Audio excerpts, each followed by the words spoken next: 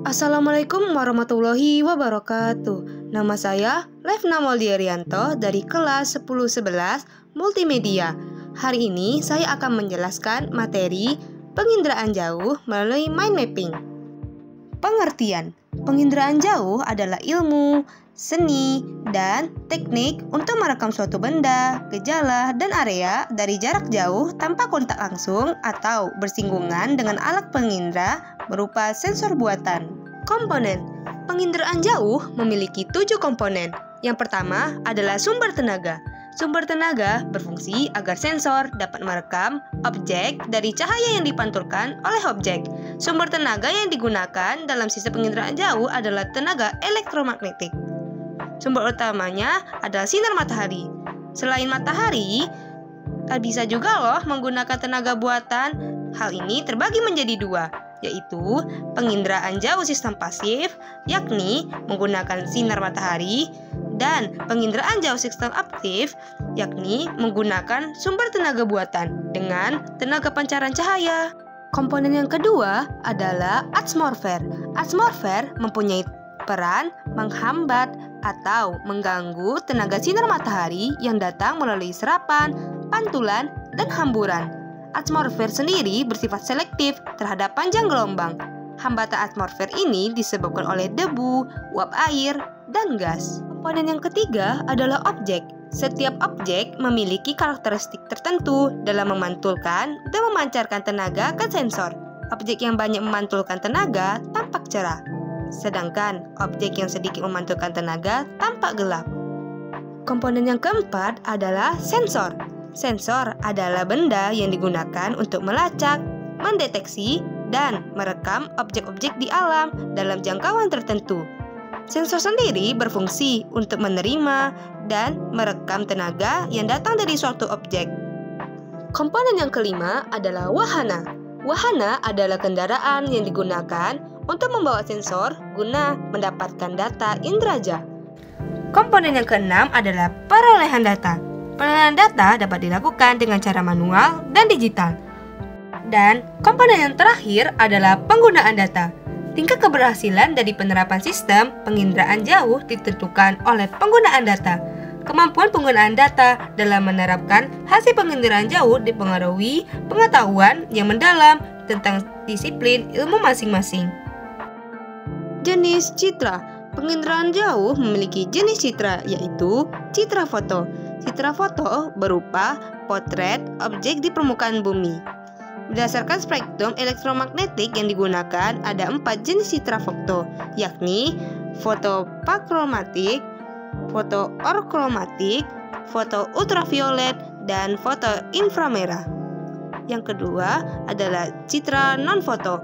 Citra non-foto adalah hasil penginderaan jauh yang tidak menggunakan sensor kamera, tetapi sumber sensor, gelombang elektromagnetik, dan wahana. Interpretasi citra.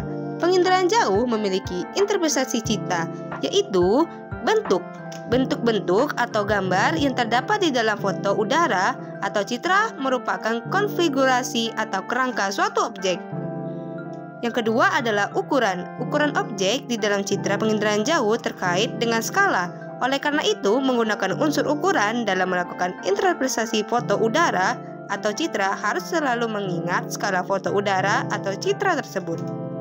Yang ketiga adalah rona dan warna. Rona adalah tingkat kecerahan atau kegelapan suatu objek yang terdapat di dalam foto udara atau citra. Pada foto udara hitam putih, rona yang terlihat adalah hitam, putih, dan kelabu. Tingkat kecerahan objek bergantung pada keadaan cuaca, arah datangnya sinar matahari, dan waktu perekaman. Yang keempat adalah tekstur. Tekstur adalah frekuensi perubahan rona. Tekstur objek di dalam citra dibedakan menjadi kasar, halus, dan sedang. Yang kelima adalah bayangan. Bayangan objek dalam citra atau foto udara dapat menjelaskan arah mata angin karena arah mata angin dipengaruhi oleh arah datangnya sinar matahari. Yang ketujuh adalah pola. Pola atau susunan keruangan merupakan ciri yang menandai bagi banyaknya objek, baik bentukan manusia maupun bentukan alamiah. Yang kedelapan adalah situs. Situs mengacu pada letak suatu objek terhadap objek lain di sekitarnya. Situs bukan termasuk ciri objek secara langsung, melainkan hubungan dengan lingkungan di sekitarnya. Yang terakhir adalah asosiasi. Asosiasi adalah keterkaitan antara objek yang satu dan objek lainnya. Keterkaitan ini dapat digunakan sebagai petunjuk untuk mengenali objek lainnya. Langkah-langkah interpretasi citra. Penginderaan jarak jauh memiliki langkah-langkah interpretasi citra, yaitu deteksi. Deteksi sebagai kegiatan awal dari pengamatan objek interpretasi citra yang hendak dilakukan. Yang kedua adalah identifikasi, yakni menggali objek yang diamati melalui pengambilan gambar citra. Yang ketiga adalah analisis, yakni menggunakan serangkaian tahapan deteksi dan identifikasi. Tahapan ini menekankan uraian deskripsi interpretasi citra. Yang terakhir adalah deduksi, untuk menarik kesimpulan.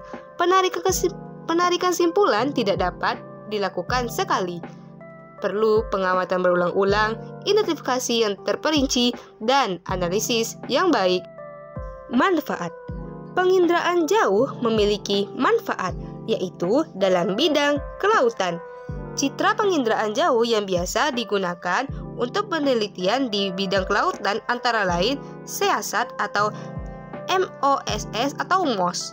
Yang kedua adalah bidang klimatologi. Bidang klimatologi berhubungan dengan iklim dan cuaca. Biasanya peneliti menggunakan citra NOAA, meteor, atau GMS untuk mengamati fenomena iklim dan cuaca. Yang ketiga adalah di bidang sumber daya alam dan lingkungan. Citra penginderaan jauh yang digunakan untuk analisis sumber daya alam dan lingkungan antara lain Landsat, Soyuz, dan SPOT atau SPOT. Manfaat penginderaan jauh di bidang sumber daya alam dan lingkungan diantaranya untuk membantu dalam pemetaan penggunaan lahan, mendeteksi lahan kritis, dan perencanaan pembangunan wilayah. Sekian dari saya. Apabila ada tutur kata yang salah atau menyinggung hati kalian semua, mohon dimaafkan. Wabillahi taufiq wal hidayah. Wassalamualaikum warahmatullahi wabarakatuh.